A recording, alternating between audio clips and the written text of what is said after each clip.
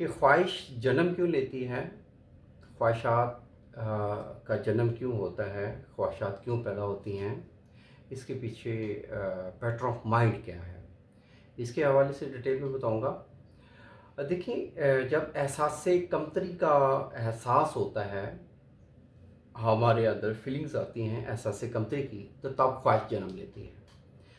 Suppose करें कि आप के साथ वाला हमसाया जो है एक अच्छी कन्वेंस पे है, अच्छी व्हीकल है उसके पास या अच्छी गाड़ी है, तो आपके पास उस जैसी गाड़ी नहीं है, तो तब ख्वाहिश जन्म लेगी कि आपकी जो इनकम है वो बढ़े, आपकी इनकम ज़्यादा से ज़्यादा हो ताकि आप भी गाड़ी ले सकें।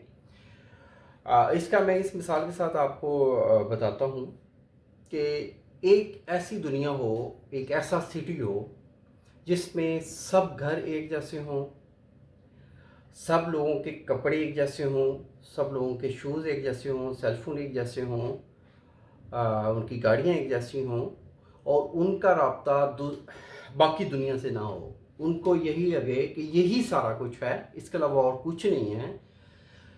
तो 100% श्योर है, अंडरस्टूड बात है कि वहाँ ख्वाहिश जन्म नहीं लेगी। ख्वाहिश जन्म ही तब लेती है जब आप एहसास कमतरी का शिकार होते हैं।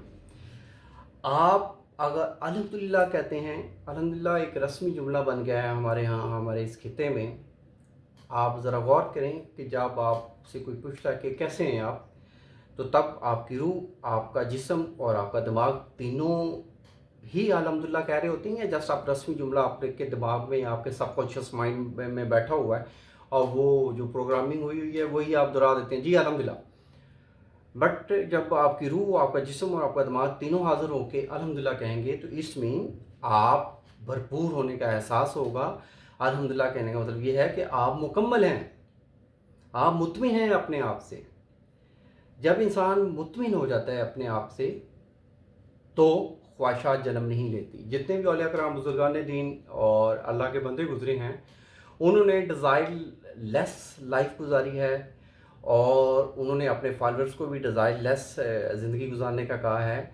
और हमारे जो सूफिया कराम की जो लाइन है, इसमें भी जो अल्लाह के बंदे हैं या ये जो मॉन्क हैं, भिक्षु हैं, जो कोय हिमालय की पहाड़ियों पे हैं, और इंडिया इसमें काफ़ी आगे है ये मॉन्क के लिहाज से, तो उनका भी कहना है कि डिज़ायर लेस लाइफ होनी चाहिए। अब तकरीबन कोई 100 साल पहले, 150 साल पहले नीत्शे आया था।